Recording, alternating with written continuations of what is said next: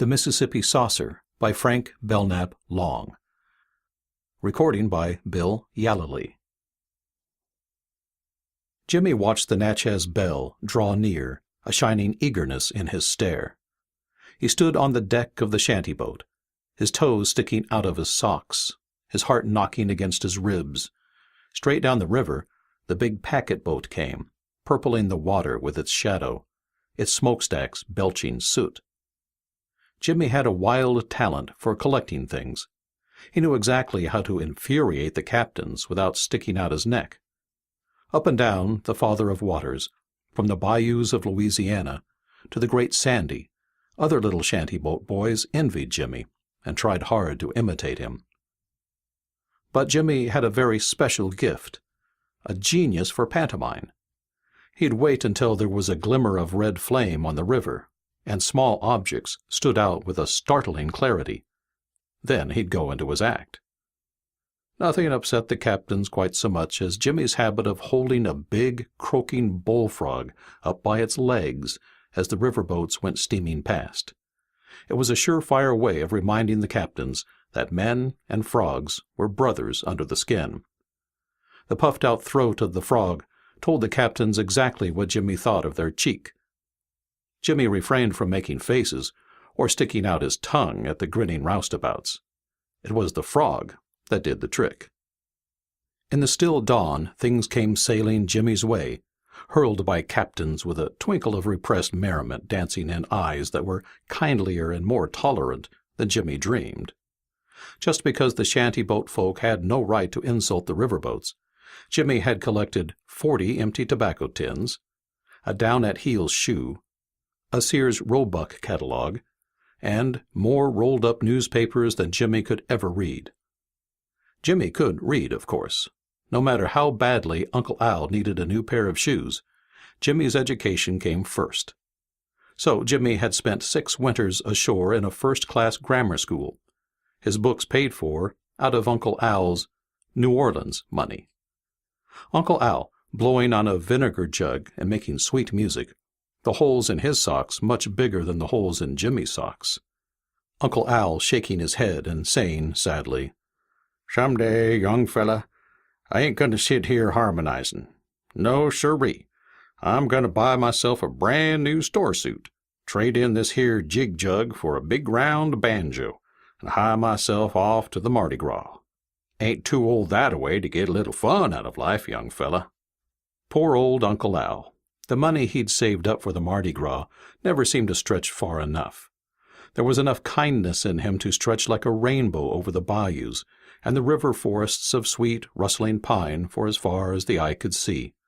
Enough kindness to wrap all of Jimmy's life in a glow, and the life of Jimmy's sister as well. Jimmy's parents had died of winter pneumonia too soon to appreciate Uncle Al. But up and down the river, everyone knew that Uncle Al was a great man. Enemies? Well, sure, all great men made enemies, didn't they? The Harmon brothers were downright sinful about carrying their feuding meanness right up to the doorstep of Uncle Al, if it could be said that a man living in a shantyboat had a doorstep. Uncle Al made big catches, and the Harmon brothers never seemed to have any luck. So, long before Jimmy was old enough to understand how corrosive envy could be, the Harmon brothers had started feuding with Uncle Al. "Jimmy, here comes the Natchez Belle. Uncle Al says for you to get him a newspaper. The newspaper you got him yesterday, he couldn't read no ways. It was soaking wet." Jimmy turned to glower at his sister. Up and down the river, Pigtail Annie was known as a tomboy, but she wasn't no ways. She was Jimmy's little sister, and that meant Jimmy was the man in the family, wore the pants, and nothing Pigtail said or did could change that for 1 minute. "Don't yell at me," Jimmy complained. "How can I get Captain Simmons mad if you get me mad first? Have a heart, will you?" But Pigtail Annie refused to budge. Even when the Natchez Belle loomed so close to the shantyboat that it blotted out the sky, she continued to crowd her brother, preventing him from holding up the frog and making Captain Simmons squirm. But Jimmy got the newspaper anyway. Captain Simmons had a keen insight into tomboy psychology, and from the bridge of the Natchez Belle He could see that Pigtail was making life miserable for Jimmy. True, Jimmy had no respect for packet boats and deserved a good trouncing. But what a scrapper the lad was. Never let it be said that in a struggle between the sexes, the men of the river did not stand shoulder to shoulder. The paper came sailing over the shining brown water like a white-bellied buffalo cat shot from a sling. Pigtail grabbed it before Jimmy could give her a shove. Calmly, she unwrapped it, her chin tilted in bellicose defiance. As the Natchez Belle dwindled around a lazy cypress-shadowed bend, Pigtail Annie became a superior being, wrapped in a cosmopolitan aura. A wide-eyed little girl on a swaying deck, the great outside world rushing straight toward her from all directions. Pigtail could take that world in her stride. She liked the fashion page best, but she was not above clicking her tongue at everything in the paper. "Kidnap plot linked to airliner crash killing 50, she read. "Red Sox blank Yanks. Congress sits today, vowing vengeance. $1 million heiress elopes with a clerk. Court lets dog pick owner. Girl of 8 kills her brother in accidental shooting." "I had to push your face right down in the mud," Jimmy muttered. "Don't you dare. I've got a right to see what's going on in the world." "You said the paper was for Uncle Al." "It is, when I get finished with it." Jimmy started to take hold of his sister's wrist and pry the paper from her clasp. Only started, for as Pigtail wiggled back, sunlight fell on a shadowed part of the paper, which drew Jimmy's gaze as sunlight draws dew. Exciting wasn't the word for the headline. It seemed to blaze out of the page at Jimmy as he stared, his chin nudging Pigtail's shoulder. "New flying monster reported blazing Gulf state skies." Jimmy snatched the paper and backed away from Pigtail, his eyes glued to the headline. He was kind to his sister, however. He read the news item aloud, if an account so startling could be called an item. To Jimmy, it seemed more like a dazzling burst of light in the sky. "A New Orleans resident reported today that he saw a big bright object, roundish like a disk, flying north against the wind. It was all lighted up from inside," the observer stated. "As far as I could tell, there were no signs of life aboard the thing. It was much bigger than any of the flying saucers previously reported." "People keep seeing them," Jimmy muttered, after a pause. "Nobody knows where they come from. Saucers flying through the sky, high up at night. In the daytime, too. Maybe we're being watched, Pigtail." "Watched? Jimmy, what do you mean? What are you talking about?" Jimmy stared at his sister, the paper jiggling in his clasp. "It's way over your head, Pigtail," he said sympathetically. "I'll prove it. What's a planet?" "A star in the sky, you dope!" Pigtail almost screamed. "Wait till Uncle Al hears what a meanie you are. If I wasn't your sister, you wouldn't dare grab a paper that doesn't belong to you." Jimmy refused to be enraged. "A planet's not a star, Pigtail," he said patiently. "A star's a big ball of fire like the sun. A planet is small and cool, like the Earth. Some of the planets may even have people on them. Not people like us, but people all the same. Maybe we're just frogs to them." "You're crazy, Jimmy. Crazy, crazy, you hear?" Jimmy started to reply, then shut his mouth tight. Big waves were nothing new in the wake of steamboats. But the shanty boat wasn't just riding a swell. It was swaying and rocking like a floating barrel, in the kind of blow shanty boaters dreaded worse than the thought of dying. Jimmy knew that a big blow could come up fast, straight down from the sky in gusts from all directions, banging against the boat like a drunken roustabout, slamming doors, tearing away mooring planks. The river could rise fast, too. Under the lashing of a hurricane blowing up from the Gulf, the river could lift a shanty boat right out of the water and smash it to smithereens against a tree. But now the blow was coming from just one part of the sky. A funnel of wind was churning the river into a white froth and raising big swells directly offshore. But the river wasn't rising, and the sun was shining in a clear sky. Jimmy knew a dangerous floodwater storm when he saw one.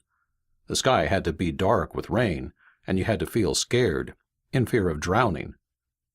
Jimmy was scared, all right. That part of it rang true. But a hollow, sick feeling in his chest couldn't mean anything by itself, he told himself fiercely. Pigtail Annie saw the disk before Jimmy did. She screamed and pointed skyward, her twin braids standing straight out in the wind like ropes on a bale of cotton when smokestacks collapse and a savage howling sends the river ghosts scurrying for cover. Straight down out of the sky the disk swooped, a huge, spinning shape as flat as a buckwheat cake swimming in a golden haze of butterfat. But the disk didn't remind Jimmy of a buckwheat cake. It made him think instead of a slowly turning wheel in the pilot house of a rotting old riverboat. A big, ghostly wheel, manned by a steersman a century dead, his eye sockets filled with flickering swamp lights. It made Jimmy want to run and hide.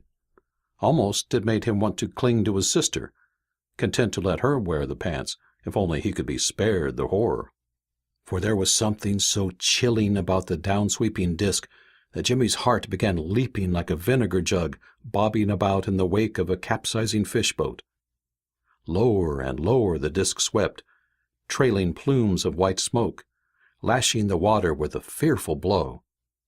Straight down over the cypress wilderness that fringed the opposite bank, and then out across the river, with a long-drawn whistling sound, louder than the air-sucking death gasps of 1,000 buffalo cats. Jimmy didn't see the disk strike the shining broad shoulders of the Father of Waters, for the bend around which the Natchez Belle had steamed so proudly hid the sky monster from view. But Jimmy did see the waterspout, spiraling skyward like the atom bomb explosion he'd goggled at in the pages of an old Life magazine, all smudged now with oily thumbprints. Just a roaring for an instant, and a big white mushroom shooting straight up into the sky. Then, slowly the mushroom decayed and fell back, and an awful stillness settled down over the river. The stillness was broken by a shrill cry from Pigtail Annie. "It was a flying saucer! Jimmy, we've seen one! We've seen one! We've—" "Shut your mouth, Pigtail!" Jimmy shaded his eyes and stared out across the river, his chest a throbbing ache. He was still staring when a door creaked behind him. Jimmy trembled. A tingling fear went through him, for he found it hard to realize that the disk had swept around the bend, out of sight. To his overheated imagination, it continued to fill all of the sky above him, overshadowing the shantyboat, making every sound a threat. Sucking the still air deep into his lungs, Jimmy swung about. Uncle Al was standing on the deck in a little pool of sunlight, his gaunt, hollow-cheeked face set in harsh lines. Uncle Al was shading his eyes, too, but he was staring up the river, not down. "Trouble, young fella," he grunted. "Sure as I'm a-standing here. A barrel full of trouble, heading straight for us." Jimmy gulped and gestured wildly toward the bend. "It came down over there, Uncle Al," he got out. "Pigtail saw it, too. A big flying—" "The Harmons are a-comin', young fella," Uncle Al drawled, silencing Jimmy with a wave of his hand. "Yesterday I rode over a Harmon jug line without meaning to. Now Jed Harmon's telling everybody I stole his fish." Very calmly, Uncle Al cut himself a slice of the strongest tobacco on the river and packed it carefully in his pipe, wadding it down with his thumb. He started to put the pipe between his teeth, then thought better of it. "I can bone feel the Harmon boat a-comin', young fella," he said, using the pipe to gesture with. "Smooth and quiet over the river, like a moccasin snake." Jimmy turned pale. He forgot about the disk and the mushrooming waterspout. When he shut his eyes, he saw only a red haze overhanging the river, and a shantyboat nosing out of the cypress, its windows spitting death.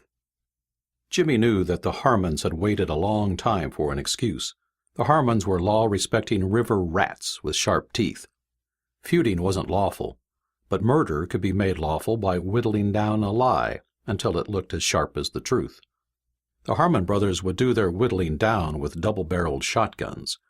It was easy enough to make murder look like a lawful crime, if you could point to a body covered by a blanket and say, "We caught him stealing our fish. He was a-going to kill us, so we got him first." No one would think of lifting the blanket and asking Uncle Al about it. A man, lying stiff and still under a blanket, could no more make himself heard than a river cat frozen in the ice. "Get inside, young'uns. Here they come." Jimmy's heart skipped a beat. Down the river in the sunlight, a shanty boat was drifting. Jimmy could see the Harmon brothers crouching on the deck, their faces livid with hate, sunlight glinting on their arm-cradled shotguns. The Harmon brothers were not in the least alike. Jed Harmon was tall and gaunt, his right cheek puckered by a knife scar, his cruel, thin-lipped mouth snagged by his teeth. Joe Harmon was small and stout, a little round man with bushy eyebrows and the flabby face of a cottonmouth snake. "Go inside, Pigtail," Jimmy said calmly. "I'm a-going to stay and fight." Uncle Al grabbed Jimmy's arm and swung him around. "You heard what I said, young fella. Now git." "I want to stay here and fight with you, Uncle Al," Jimmy said. "Have you got a gun? Do you want to be blown apart, young fella?" "I'm not scared, Uncle Al," Jimmy pleaded. "You might get wounded. I know how to shoot straight, Uncle Al. If you get hurt, I'll go right on fighting." "No, you won't, young fella. Take Pigtail inside. You hear me? You want me to take you across my knee and beat the living stuffings out of you?" Silence. Deep in his uncle's face, Jimmy saw an anger he couldn't buck. Grabbing Pigtail Annie by the arm, he propelled her across the deck and into the dismal front room of the shantyboat. The instant he released her, she glared at him and stamped her foot. "If Uncle Al gets shot, it'll be your fault," she said cruelly. Then Pigtail's anger really flared up. "The Harmons wouldn't dare shoot us, 'cause we're children." For an instant brief as a dropped heartbeat, Jimmy stared at his sister with unconcealed admiration. "You can be right smart when you've got nothing else on your mind, Pigtail," he said. "If they kill me, they'll hang around sure as shooting." Jimmy was out in the sunlight again before Pigtail could make a grab for him. Out on the deck and running along the deck toward Uncle Al. He was still running when the first blast came. It didn't sound like a shotgun blast. The deck shook, and a big swirl of smoke floated straight toward Jimmy, half blinding him and blotting Uncle Al from view. When the smoke cleared, Jimmy could see the Harmon shantyboat. It was less than 30 feet away now, drifting straight past, and rocking with the tide like a top-heavy flat barge. On the deck, Jed Harmon was crouching down, his gaunt face split in a triumphant smirk. Beside him, Joe Harmon stood quivering like a mound of jelly, a stick of dynamite in his hand, his flabby face looking almost gentle in the slanting sunlight. There was a little square box at Jed Harmon's feet. As Joe pitched, Jed reached into the box for another dynamite stick. Jed was passing the sticks along to his brother, depending on wad dynamite to silence Uncle Al forever. Wildly, Jimmy told himself that the guns had just been a trick to mix Uncle Al up and keep him from shooting until they had him where they wanted him. Uncle Al was shooting now, his face as grim as death. His big, heavy gun was leaping about like mad, almost hurling him to the deck. Jimmy saw the second dynamite stick spinning through the air, but he never saw it come down. All he could see was the smoke and the shantyboat rocking, and another terrible splintering crash as he went plunging into the river from the end of a rising plank, a sob strangling in his throat. Jimmy struggled up from the river with the long leg thrusts of a terrified bullfrog, his head a throbbing ache. As he swam shoreward, he could see the cypress on the opposite bank, dark against the sun, and something that looked like the roof of a house with water washing over it. Then, with mud sucking at his heels, Jimmy was clinging to a slippery bank and staring out across the river, shading his eyes against the glare. Jimmy thought, "I'm dreaming. I'll wake up and see Uncle Joe blowing on a vinegar jug. I'll see Pigtail, too. Uncle Al will be sitting on the deck, taking it easy." But Uncle Al wasn't sitting on the deck. There was no deck for Uncle Al to sit upon.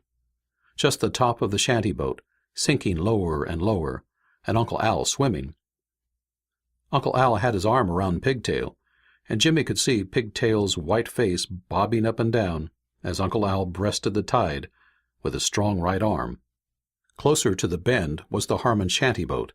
The Harmons were using their shotguns now, blasting fiercely away at Uncle Al and Pigtail. Jimmy could see the smoke curling up from the leaping guns, and the water jumping up and down in little spurts all around Uncle Al. There was an awful, hollow agony in Jimmy's chest as he stared, a fear that was partly a soundless screaming and partly a vision of Uncle Al sinking down through the dark water and turning it red. It was strange, though. Something was happening to Jimmy, nibbling away at the outer edges of the fear like a big hungry river cat, making the fear seem less swollen and awful, shredding it away in little flakes. There was a white core of anger in Jimmy which seemed suddenly to blaze up. He shut his eyes tight. In his mind's gaze, Jimmy saw himself holding the Harmon brothers up by their long, mottled legs. The Harmon brothers were frogs, not friendly, good-natured frogs like Uncle Al, but snake frogs, cottonmouth frogs. All flannel red were their mouths, and they had long, evil fangs which dripped poison in the sunlight. But Jimmy wasn't afraid of them no ways. Not any more. He had too firm a grip on their legs. "Don't let anything happen to Uncle Al and Pigtail," Jimmy whispered, as though he were talking to himself. No, not exactly to himself. To someone like himself, only larger. Very close to Jimmy, but larger, more powerful. "Catch them before they harm Uncle Al. Hurry, hurry!" There was a strange lifting sensation in Jimmy's chest now, as though he could shake the river if he tried hard enough. Tilt it, send it swirling in great, thunderous white surges clear down to Lake Pontchartrain. But Jimmy didn't want to tilt the river, not with Uncle Al on it, and Pigtail, and all those people in New Orleans who would disappear right off the streets. They were frogs, too, maybe, but good frogs, not like the Harmon brothers. Jimmy had a funny picture of himself, much younger than he was. Jimmy saw himself as a great husky baby, standing in the middle of the river, and blowing on it with all his might. The waves rose and rose, and Jimmy's cheeks swelled out, and the river kept getting angrier. No, he must fight that. "Save Uncle Al," he whispered fiercely. "Just to save him and Pigtail." It began to happen the instant Jimmy opened his eyes. Around the bend in the sunlight came a great spinning disk, wrapped in a fiery glow. Straight toward the Harmon shanty boat the disk swept, water spurting up all about it, its bottom 50 feet wide. There was no collision, only a brightness for one awful instant where the shanty boat was twisting and turning in the current, a brightness that outshone the rising sun. Just like a camera flashbulb going off, but bigger, brighter, so big and bright that Jimmy could see the faces of the Harmon brothers 50 times as large as life, shriveling and disappearing in a magnifying burst of flame high above the cypress trees, just as though a giant in the sky had trained a big burning glass on the Harmon brothers and whipped it back quick, whipped it straight up so that the faces would grow huge before dissolving as a warning to all snakes. There was an evil anguish in the dissolving faces, which made Jimmy's blood run cold. Then the disk was alone in the middle of the river, spinning around and around, the shanty-boat swallowed up. And Uncle Al was still swimming, fearfully close to it. The net came swirling out of the disk over Uncle Al like a great dew-drenched gossamer web. It enmeshed him as he swam, so gently that he hardly seemed to struggle, or even to be aware of what was happening to him. Pigtail didn't resist either. She simply stopped thrashing in Uncle Al's arms, as though a great wonder had come upon her. Slowly Uncle Al and Pigtail were drawn into the disk. Jimmy could see Uncle Al reclining in the web, with Pigtail in the crook of his arm, his long, angular body as quiet as a butterfly in its deep winter sleep inside a swaying glass cocoon. Uncle Al and Pigtail being drawn together into the disk as Jimmy stared, a dull pounding in his chest. After a moment the pounding subsided, and a silence settled down over the river. Jimmy sucked in his breath. The voices began quietly, as though they had been waiting for a long time to speak to Jimmy, deep inside his head, and didn't want to frighten him in any way. "Take it easy, Jimmy. Stay where you are. We're just going to have a friendly little talk with Uncle Al." Talk?" Jimmy heard himself stammering. "We knew we'd find you where life flows simply and serenely, Jimmy. Your parents took care of that before they left you with Uncle Al. You see, Jimmy, we wanted you to study the Earth people on a great, wide-flowing river, far from the cruel, twisted places.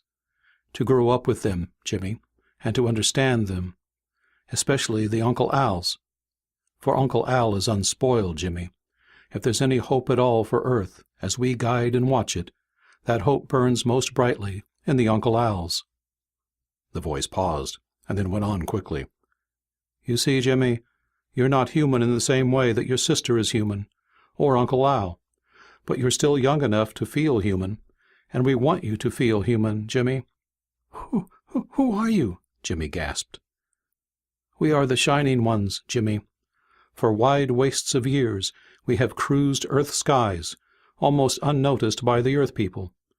When darkness wraps the Earth in a great spinning shroud, we hide our ships close to the cities and glide through the silent streets in search of our young.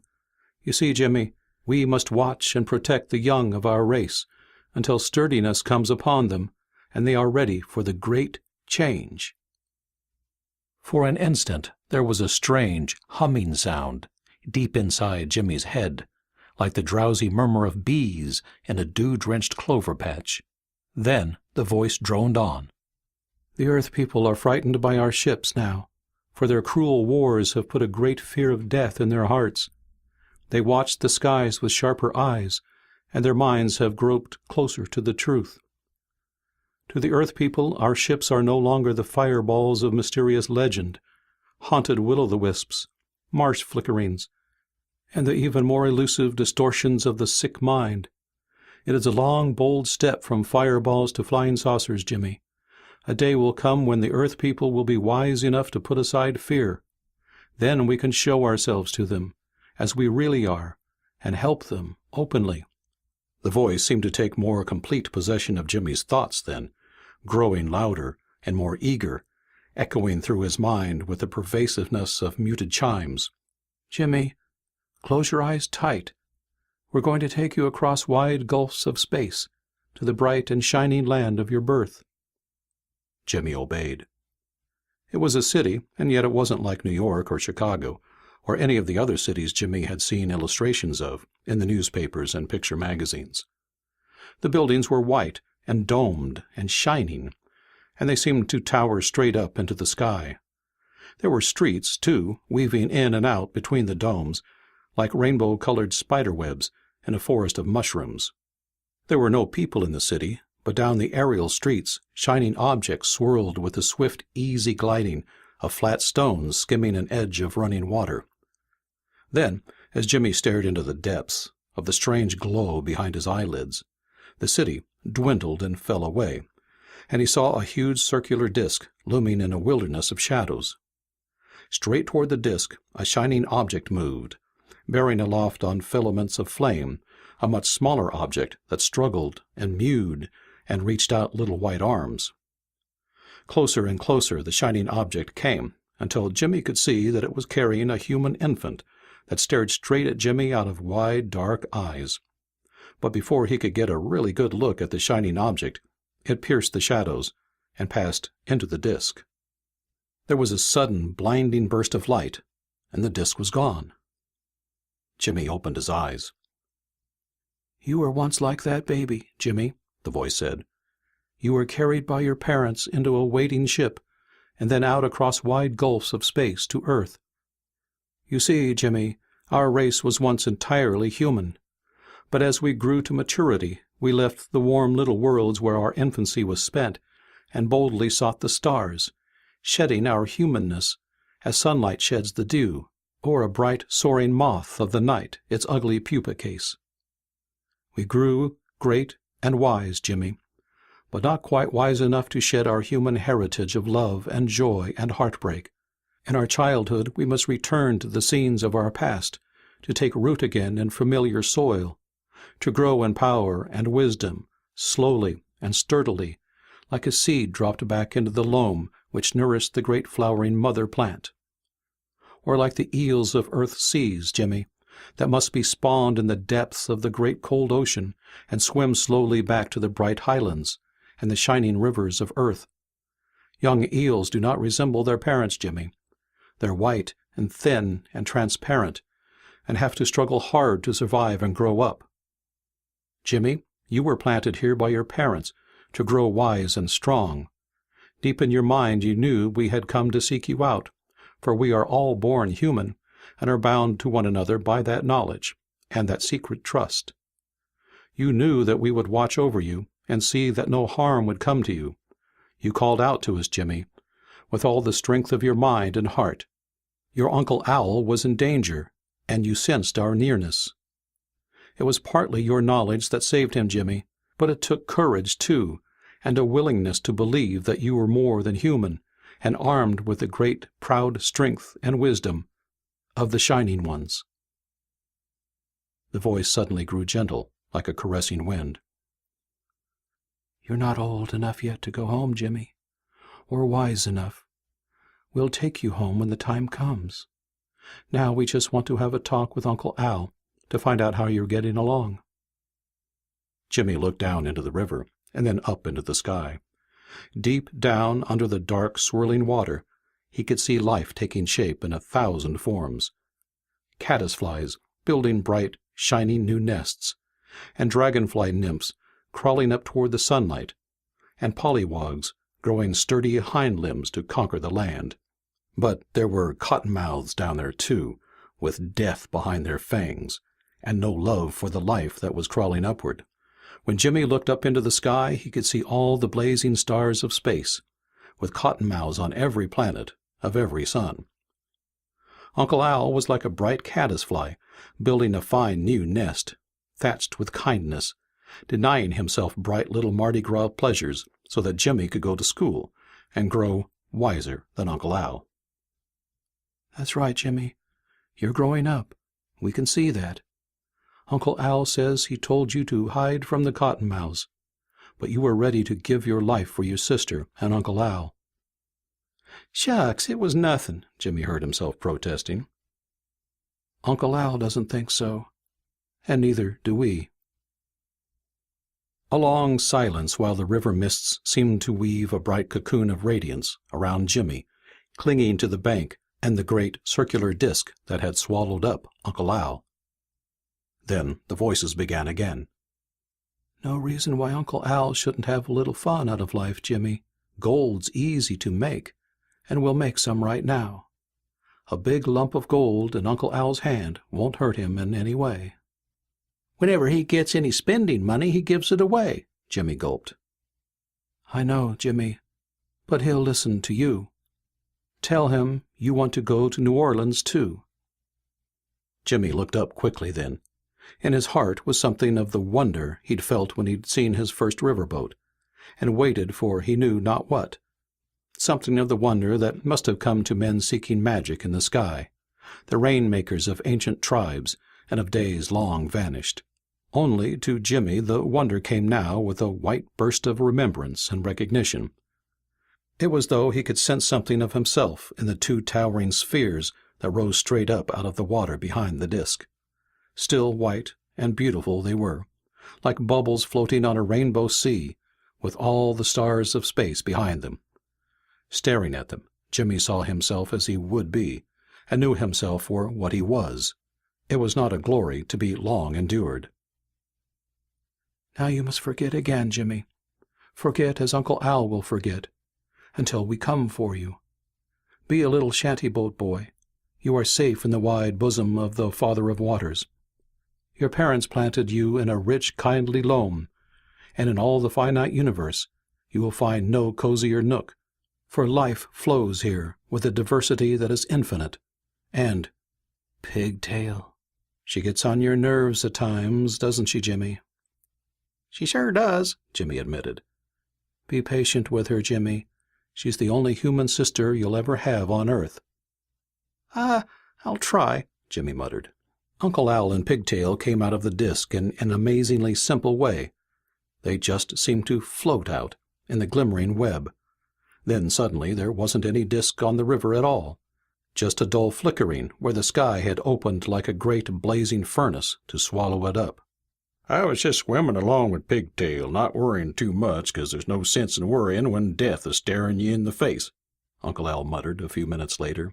Uncle Al sat on the riverbank beside Jimmy, staring down at his palm, his vision misted a little by a furious blinking. It's gold, Uncle Al, Pigtail shrilled. A big lump of solid gold. I just felt my hand get heavy, and there it was, young fella, nestling there in my palm. Jimmy didn't seem to be able to say anything. High school books don't cost more than grammar school books, young fella, Uncle Al said, his face a sudden shining. Next winter you'll be a-going to high school, sure as I am a-sitting here. For a moment the sunlight seemed to blaze so brightly about Uncle Al that Jimmy couldn't even see the holes in his socks. Then Uncle Al made a wry face. Someday, young fella, when your books are all paid for, I'm going to buy myself a brand new store suit and hie myself off to the Mardi Gras. Ain't too old that-a-way to get a little fun out of life, young fella.